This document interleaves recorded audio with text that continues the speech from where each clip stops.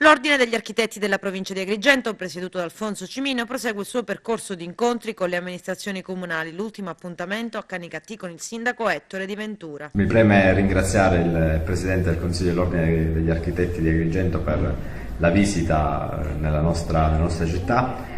Durante la riunione abbiamo affrontato dei temi molto importanti per lo sviluppo e per la riorganizzazione del nostro territorio, dei nostri uffici e credo che questo sia il primo passo di una futura collaborazione che porterà, sono certo, i suoi frutti per la crescita del territorio e per il miglioramento del nostro territorio e della nostra comunità.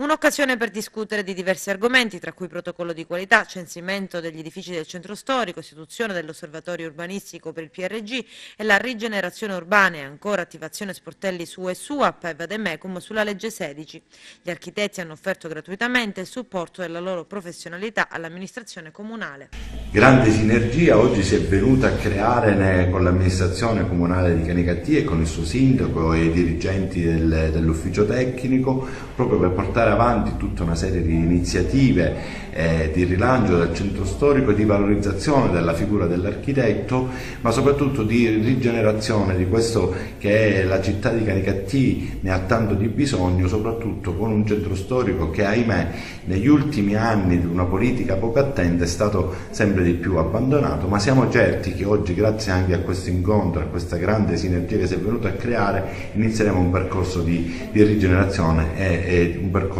anche di nuove idee.